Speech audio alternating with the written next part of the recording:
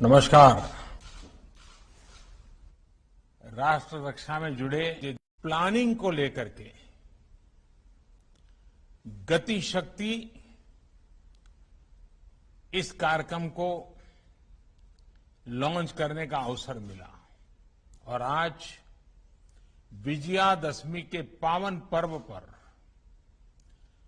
राष्ट्र को सशक्त बनाने के लिए, राष्ट्र को अजेय बनाने के लिए जो लोग दिन रात खपा रहे हैं, उनके सामर्थ्य में और अधिक आधुनिकता लाने के लिए एक नई दिशा की ओर चलने का अवसर, और वो भी विजयादशमी के पावन पर्व पर, ये अपने आप में ही शुभ संकेत लेकर के आता है। आज ही पूर्व राष्ट्रपति भारत रत्न डॉक्टर एपीजे अब्दुल कलाम जी की जयंती भी है। कलाम साहब ने जिस तरह अपने जीवन को शक्तिशाली भारत के निर्माण के लिए समर्पित किया, ये हम सभी के लिए प्रेरणा है। रक्षा क्षेत्र में आज जो 7 नई कंपनियां उतरने जा रही है, वो समर्थ राष्ट्र के उनके संकल्पों को और मजबूती देगी। 41 ऑर्डिनेंस फैक्ट्रीज को नए स्वरूप में किए जाने का निर्णय, 7 नई कंपनियों की ये शुरुआत देश की इसी संकल्प यात्रा का हिस्सा है। ये निर्णय पिछले 15-20 साल से लटका हुआ था। आधुनिक सैन्य इंडस्ट्री के विकास का है।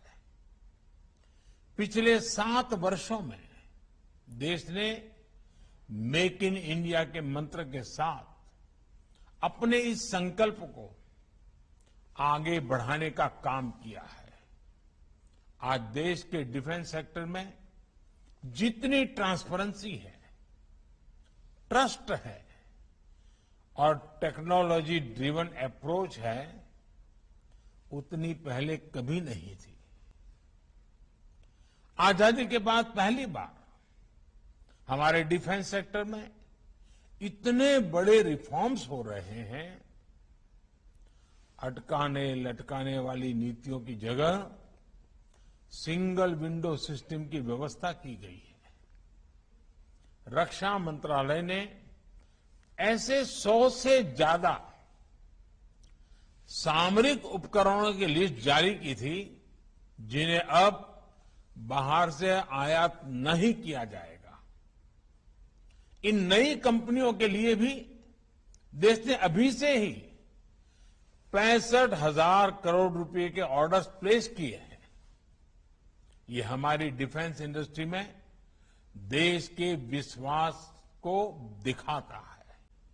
बढ़ता हुआ विश्वास नजर आ रहा है। एक कंपनी एम्यूनिशन और एक्सप्लोजिव की जरूरतों को पूरा करेगी, तो दूसरी कंपनी आर्मी व्हीकल्स मैन्युफैक्चर करेगी।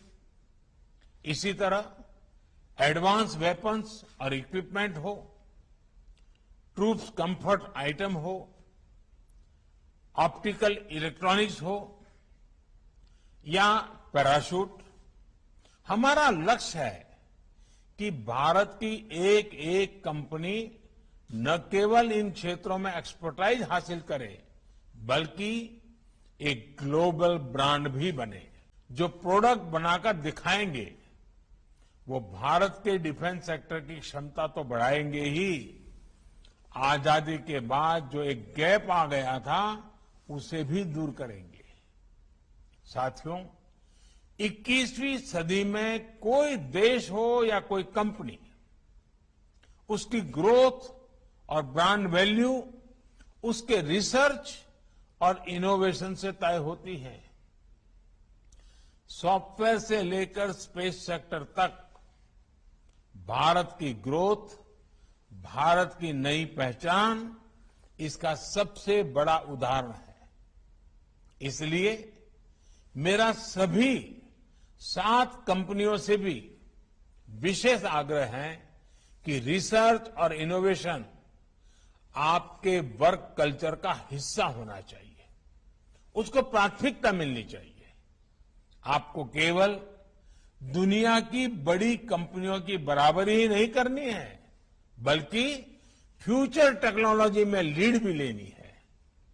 इसलिए ये जरूरी है कि आप नया सोचें, रिसर्च ओरिएंटेड युवाओं को ज्यादा से ज्यादा मौका दें, उन्हें सोचने की पूरी छूट दें। मैं देश के स्टार्टअप से भी कहूंगा, इन 7 कंपनियों के जरिए आज देश ने जो नई शुरुआत की है, आप भी इसका हिस्सा बनिए। आपकी रिसर्च, आपके प्रोडक्ट्स कैसे इन कंपनियों के साथ मिलकर एक दूसरे की क्षमताओं से लाभान्वित हो सकते हैं, इस ओर आपको सोचना चाहिए। साथियों, सरकार ने सभी कंपनियों को एक बेहतर प्रोडक्शन एनवायरनमेंट देने के साथ साथ पूरी फंक्शनल ऑटोनॉमी भी दी है। इसके साथ ही ये भी सुनिश्चित किया गया है, इन फैक्ट्रीज के कर्मचारियों के हित पूरी तरह से सुरक्षित रहें। मुझे पूरा भरोसा है कि देश को आपकी एक्सपर्टाइज का बहुत लाभ होगा और हम सब मिलकर आत्मनिर्भर भारत के अपने संकल्प को पूरा करेंगे। इसी भावना के साथ फिर एक बार आप सबको विजयादशमी की बहुत बहुत शुभकामनाएं। आप सभी का बहुत बहुत धन्यवाद।